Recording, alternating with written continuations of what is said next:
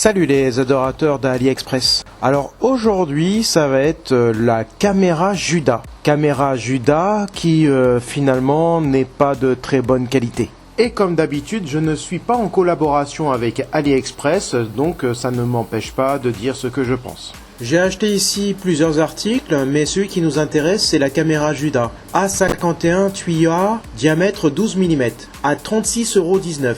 On peut se dire qu'à ce prix-là, on va avoir un produit de bonne qualité. Eh ben, on va voir ça tout de suite. L'article que j'ai commandé correspondait exactement à mes besoins. Donc, la dimension, déjà la dimension du tube rentrant dans la porte qui fait 12 mm, c'était parfait. C'était le bon diamètre. La caméra, quand je l'ai reçue, je l'ai testée, j'ai téléchargé l'application, elle fonctionne parfaitement. Je n'ai pas eu de problème là-dessus. La configuration, elle était assez facile aussi. Donc, pour joindre les images à l'application, il n'y avait pas grand-chose à faire dessus. Il y avait juste à mettre l'identifiant et le mot de passe du hotspot Wi-Fi et c'était tout quoi. Hein. Il n'y avait rien en particulier. Elle fonctionnait parfaitement jusqu'au moment où, au bout de plusieurs minutes, il y a eu une déconnexion du réseau. C'est-à-dire que la caméra émettait bien parce que je le voyais sur le hotspot Wi-Fi. Elle apparaissait sur le hotspot Wi-Fi, c'est-à-dire qu'elle envoyait bien les images. Par contre, je ne les réceptionnais pas. Alors manifestement, il y a un problème de réseau qui ne semble pas très performant. Il y a peut-être pas assez de bande passante ou peut-être que c'est autre chose, j'en sais rien. Hein. C'est chez eux, hein. C'est chez eux que se trouve le problème. Et ensuite, en second, au bout de plusieurs heures, 2, 3, 4 heures, 5 heures, c'est l'appareil qui déconnectait. J'ai pu remarquer qu'elle déconnectait assez régulièrement parce qu'elle était extrêmement chaude. Elle était au moins à plus de 45 degrés, à tel point que quand je mettais la micro SD dedans, quand je la sortais, je me brûlais les doigts. Donc c'est beaucoup trop chaud. Et c'est pour ça que l'appareil déconnectait. Et c'est peut-être aussi elle qui avait du mal aussi à transmettre les images. En fait, j'en sais rien. Mais il y avait toujours des interruptions d'images, interruptions de transmission des images et de transmission des données, qui fait que à un moment, je me suis dit, ça ne fonctionne pas. De plus, il y a un problème de conception de base. La caméra Juda se démonte depuis l'extérieur. C'est pour cela que sur l'écrou qui se trouve à l'extérieur, j'y ai mis un scotch double face. J'avais plus qu'à visser cet écrou sur la caméra Juda et à resserrer le boulon à l'arrière très fortement, la caméra Juda, comme ça on ne pouvait absolument pas la dévisser dévisser l'écrou depuis l'extérieur. Je vous montre ce que j'ai filmé au moment de la réception de l'article, ainsi que tous les éléments compris à l'intérieur. Voilà, l'autre objet, pareil, hein, bien emballé. On va voir ce que c'est.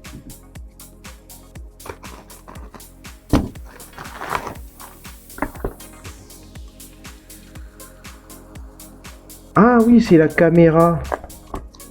La caméra Juda. La caméra Juda. C'est la caméra Juda, oui. Oh, pas mal. Caméra Juda. Je me demande toujours comment je fais pour l'insérer parce que là... Ah oui, d'accord, ok. Quelque chose qu'il faut savoir parce que je me suis toujours posé la question comment je vais faire pour l'insérer dedans dans le trou puisque j'ai pas de possibilité. Alors, donc voilà, je cherchais l'information, maintenant vous l'avez. Et ça se visse. Et ça se visse. Ça se visse. En plus de ça, il nous fournit une clé. Ça c'est sympathique. Hein. Et elle est pas mal la clé. Hein. Elle est bien dure. Hein. On a de quoi mettre la SD card, l'alimentation. Je pensais qu'il y avait... voilà. Puis donc on l'insère dans le trou. Et voilà. Voilà, j'ai une alimentation. Donc c'est une... je vois pas trop ce que c'est. Je vois pas trop ce que c'est comme prix. C'est USB et après l'autre, je vois pas trop ce que c'est. Donc là, on a l'épingle probablement pour retirer la SD card ou pour mettre sur reset. On a la notice d'emploi. La notice d'emploi, ça a l'air d'être en en anglais. C'est en anglais. Notice d'emploi en anglais. Donc on va voir si ça fonctionne bien par la suite. Alors son poids.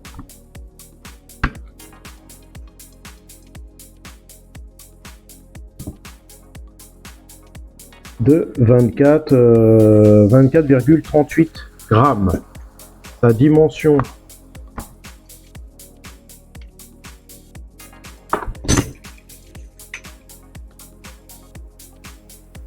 Oui, ça fait presque 1 cm 2. Hein. Oui, effectivement, ça fait presque 1 cm 2. Et ici, la dimension, elle est quasiment... elle peut aller jusqu'à presque 4 cm. Presque 4 cm. Et là, ça fait 1 cm... 1 cm... presque 2 cm. Ici, on a presque 2 cm de diamètre, 1 cm à 1 cm 2 de diamètre du tuyau, et là, on a presque 4 cm. 4 cm de diamètre. Voilà. Cette seconde vidéo correspond au petit bricolage que j'ai effectué pour que ça soit amélioré. Alors voilà, j'ai effectué quelques transformations, notamment ici, parce que je me suis posé la question, je me suis dit, mais attendez, il y a un petit défaut quand même. Alors, il fonctionne parfaitement bien, on peut voir on peut voir les images. Il n'y a pas de son, par contre, hein, il n'y a pas de son, mais on peut bien voir les images. Et aussi, on peut enregistrer, manifestement, bon, bah, tout a l'air correct. Mais j'ai eu quand même une interrogation. Regardez, il y a quand même un défaut sur ce matériel. Le défaut, c'est lequel? C'est quand vous allez l'insérer pour le mettre dans la porte. Vous allez l'insérer à travers la porte. Donc ça veut dire que ce bout-là va être à l'extérieur et celui-ci va être à l'intérieur. C'est là où se situe le problème en réalité. Parce que quand on regarde bien, si celui-ci se trouve à l'intérieur et celui-ci à l'extérieur, qui en plus se dévisse depuis l'extérieur, n'importe quel individu qui se trouve à l'extérieur peut réussir à agripper cet écrou-là et le dévisser. Voilà, le dévisser pour pousser l'objet vers l'intérieur et puis peut-être essayer de s'infiltrer en y mettant une tige, en récupérant les clés, bon, peu importe. Hein. Voilà, et c'est là le problème en réalité. Hein.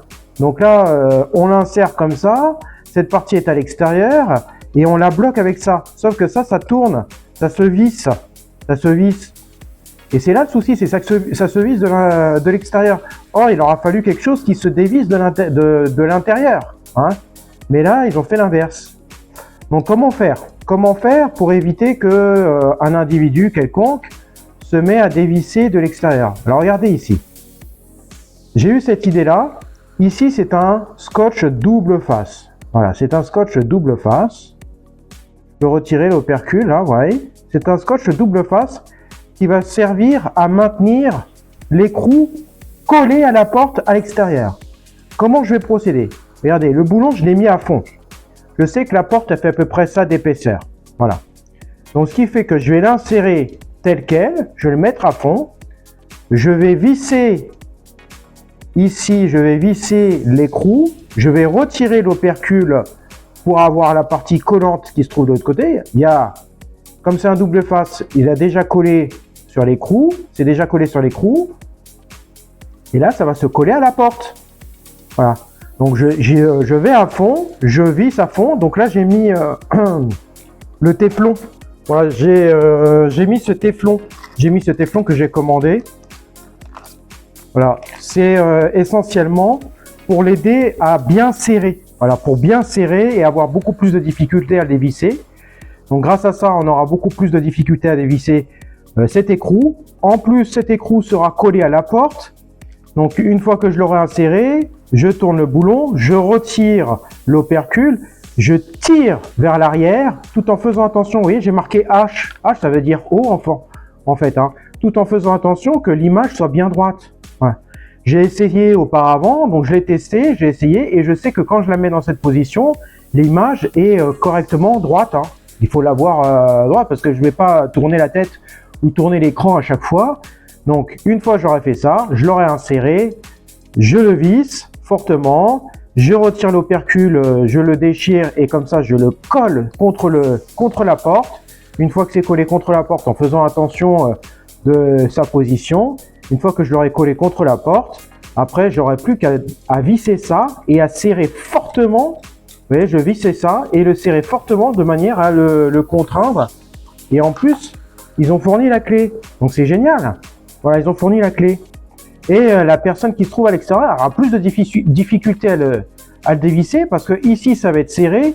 Ah aussi, je vais le serrer, mais je vais coller avec de la colle chaude. Je vais coller l'écrou avec de la colle chaude sur la porte. Comme ça, impossible de le bouger aussi depuis l'extérieur. Donc impossible à dévisser ça parce que c'est collé. De toute façon, ça sera collé à la porte. Ça sera tellement bien serré que ça sera difficile de le décoller de cette manière. Et après, je vais bien serrer ici de manière à ce que ça ne puisse pas bouger. Voilà. Et cette troisième séquence vidéo est la conclusion. Alors, je vais vous faire une petite mise à jour de la caméra Juda. Bon, comment dire? Alors, ça fonctionne bien. Je l'ai testé, elle fonctionne parfaitement bien. Elle se connecte bien à Internet. Elle envoie bien les images. J'ai pu l'installer assez facilement sur la porte aussi. Mais comme vous pouvez le voir, bah là, j'ai retiré les éléments que j'avais mis. J'avais mis un scotch double face là. J'avais mis du téflon ici. Oui, j'avais mis un H aussi, hein, quelque part. Je sais plus à quel endroit, c'était par là, je pense. Pour dire que c'était l'image a été droite. Hein, il fallait mettre le point haut. Bon, j'ai tout retiré. Pour quelle raison? Eh ben, parce que en réalité, il y a un défaut. Il y a un défaut sur cet appareil et je vous le déconseille. Ne l'achetez absolument pas. Ça sert à ça aussi. Hein, ma chaîne, elle sert à ça. Elle sert aussi à vous informer ce qui fonctionne bien et à vous informer ce qui ne fonctionne pas. Alors, comme j'ai dit, elle fonctionne. En partie, elle fonctionne bien. Elle envoie bien les images. On peut se connecter. Là où on a un peu plus de difficultés, vous voyez ici, c'est encapsulé en plastique. Hein. C'est une capsule en plastique. À l'intérieur, il y a l'électronique. Hein. Il y a beaucoup d'électronique à l'intérieur. Et le problème, c'est que ça chauffe. Ça chauffe extrêmement fort, à plus de 45 degrés. 45 degrés, c'est énorme pour un circuit électronique. En plus, c'est encapsulé dans un élément en plastique, dans un habitacle en plastique, avec très peu de trous d'évacuation. Donc, croyez-moi que la chaleur s'accumule. Alors, si ça ne tient qu'à ça, c'est pas trop grave. Hein. Sauf que du coup, ça a des répercussions. Alors, déjà, la première difficulté, c'est de maintenir la connexion sur Internet. À un moment, ça m'est arrivé beaucoup de fois. Pendant 3 minutes, j'avais des images et puis après, ça se déconnectait du réseau. Cependant, ça envoyait encore des images parce que c'était encore connecté à ma hotspot Wi-Fi. C'était encore connecté, je le voyais encore connecté. Ça envoyait des images, mais par contre, moi, je le recevais plus sur mon téléphone. Donc ça connecte, ça permet d'avoir un téléphone en 5G par exemple. Ça se connecte en Wi-Fi. Ça se connecte en Wi-Fi avec le hotspot ou avec le modem que vous avez. Ça se connecte et puis après ça envoie les images à travers un réseau. Et donc vous pouvez le recevoir sur votre téléphone, sur l'application Tuya. Vous pouvez l'avoir sur l'application Tuya, vous recevez sur votre téléphone toutes les images qui est diffusées à partir de là. Et en plus même le son, hein. C'est-à-dire que ça pouvait envoyer aussi le son. Donc ce qui fait qu'on pouvait avoir à la fois l'image et le son. C'est génial. Sauf que ça se déconnecte au bout de plusieurs minutes. Alors la première fois, c'est resté connecté 5 minutes. J'ai essayé de me reconnecter plusieurs fois, ça ne fonctionnait pas. Je suis resté pendant 5 minutes sans connexion. Après, j'ai réussi à me reconnecter pendant 1 heure, 2 heures, 3 heures. Et puis au bout d'un certain temps, ça s'était déconnecté. Mais ça me marquait sur l'application que l'appareil était déconnecté. Et effectivement, quand je regarde mon hotspot Wi-Fi, je vois que la connexion n'est plus faite. C'est-à-dire que l'appareil n'envoie plus d'image en fait, hein, n'est plus connecté au Wi-Fi et n'envoie plus d'image. Et après, ça s'est reconnecté au bout d'un certain temps. Je l'ai laissé, je l'ai éteint, je l'ai débranché, ça s'est éteint parce qu'il n'y a pas de batterie à l'intérieur. Hein. Il n'y a pas de batterie, donc ça conserve pas ça conserve pas une certaine autonomie pendant quelques minutes. Non, dès qu'on débranche, c'est fini, il n'y a plus d'alimentation. Donc du coup, je me suis retrouvé avec un appareil avec toujours des LED fonctionnant ici, LED rouge, LED bleu. La LED bleue, ça veut dire que c'est connecté, et la LED rouge, ça veut dire que ce n'est pas connecté. Alors souvent, je me suis retrouvé avec une LED rouge non connectée, d'autant plus que je n'avais rien fait pour. Il faut savoir que l'appareil, comme elle chauffe très fortement, elle est à 45 degrés, les composants électroniques à l'intérieur ne survivent pas. Voilà, donc au bout de 6 mois, cet appareil est mort. Même au bout de 2 heures, 3 heures, 4 heures d'utilisation, l'appareil se déconnecte parce qu'elle est vraiment extrêmement chaude. Je peux vous assurer que quand on met une micro SD là-dedans, à l'intérieur, on la laisse 1 minute, quand on la reprend, on se brûle les doigts presque. Pour dire à tel point que l'électronique est de très mauvaise qualité. Et pourtant, ça consomme 5,2 volts sur du 0,27 ampères. Donc c'est à peu près entre 1,5 à 2 watts. 2 watts à consommer que de la chaleur. C'est pour dire que l'électronique à l'intérieur est de très mauvaise qualité. Tout surchauffe à l'intérieur. Et rien ne permet à l'ensemble de l'habitacle d'évacuer cette chaleur. Donc au bout de quelques heures, l'appareil se déconnecte. Se déconnecte parce que les composants ne résistent pas à la chaleur. Il y a certains composants qui ne résistent pas à la chaleur. On arrive probablement à des températures de l'ordre de 50 degrés. Et c'est fini, ça se déconnecte. Au mieux ça se déconnecte. Au pire, ça crame. Et parfois, j'ai mis mon nez dessus et je sentais le cramer. Donc, bon, l'appareil tel qu'il est fonctionne. J'ai réussi à le faire fonctionner. Mais impossible de le maintenir plusieurs heures en état de fonctionnement. Et je vous parle même pas de la micro SD. La micro SD, j'en ai mis 2. Ça n'a pas reconnu de micro SD. Pour eux, la micro SD, pour cet appareil-là, la micro SD ne fonctionne pas. Elle a un problème. Or, je l'utilise avec mon ordinateur. J'y mets des fichiers à l'intérieur, je peux les supprimer, je peux effacer, je peux en remettre d'autres, je peux formater. J'ai d'ailleurs formaté plusieurs fois la micro SD, mais j'ai beau la mettre, elle n'est absolument pas reconnue par l'appareil. Donc on voit que c'est de la mauvaise fabrication. Là, on est clairement dans la mauvaise fabrication. Et c'est dommage parce que c'est le seul qu'il y a sur le marché. J'ai que celui-là avec une dimension de 12 mm ici. Et pour ma porte, c'est un trou de 12 mm. Donc c'est un peu casse-pied. J'en ai pas d'autres. J'ai pas d'autres fournisseurs. Donc ce que je vais faire, c'est que je vais fabriquer le mien. Une sorte de... avec de l'Arduino, avec je sais pas, avec d'autres composants électroniques. Je vais probablement trouver ça assez facilement. Une micro caméra, je pourrais la trouver assez facilement, ou moins la prendre sur un autre appareil.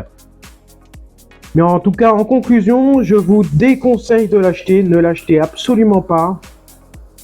Ça se déconnecte régulièrement du réseau, ce qui fait que vous n'avez pas les images. Et au bout de plusieurs heures d'utilisation, c'est carrément l'appareil qui crame, qui peut carrément cramer, parce que là, il y a pas assez d'évacuation de la chaleur. Donc voilà, ma foi, ils l'ont repris. J'ai fait une demande de remboursement. Je dois leur envoyer. Je vais renvoyer leur appareil. Je dois leur envoyer, donc je vais leur envoyer. C'est gratuit, c'était gratuit. Donc là, par contre, AliExpress ne se moque pas des gens. La première commande, l'envoi de la première commande qui ne fonctionne pas est gratuite. Et comme je commande régulièrement chez eux, mais en petite quantité, ça me permet d'avoir les premières commandes, surtout qui ne fonctionnent pas, le renvoi qui est gratuit. Voilà. Donc celle-ci, elle va être renvoyée à l'expéditeur. Et je ferai figurer pour quelle raison. Je leur ferai figurer pour la raison de mon renvoi. Je leur ai déjà dit, mais c'était par rapport à la déconnexion du réseau. Mais quelques temps après, j'ai su que l'appareil chauffait énormément, chauffait beaucoup trop, et donc se déconnectait de lui-même aussi. Donc là, on a plusieurs problèmes. Et comme on a plusieurs problèmes, je préfère le renvoyer et je vais fabriquer le mien. Ça sera bien mieux. Je vous dis donc à bientôt et à la prochaine vidéo.